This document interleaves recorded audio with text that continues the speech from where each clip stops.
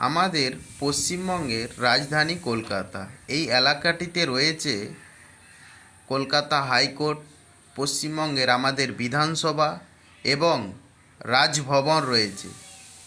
আমরা সকলেই জানি অনারেবল গভর্নর সিবি আনন্দা বোস পশ্চিমবঙ্গের অনারেবল গভর্নর বা রাজ্যপাল।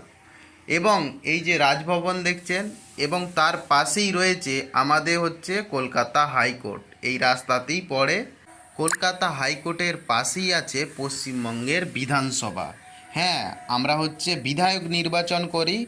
যখন ভোট আসে বিভিন্ন দল থাকে, আমরা বিধায়ককে নির্বাচিত করি। পশ্চিমবঙ্গের যে বিধায়ক 294টি আসনে আমরা নির্বাচিত করি, তাদেরকে আমরা পাওয়ারটা ডেলিগেট করি, তাদেরকে আমরা পাওয়ারটা ক্ষমতাটা দিই, জনগণ দেয়।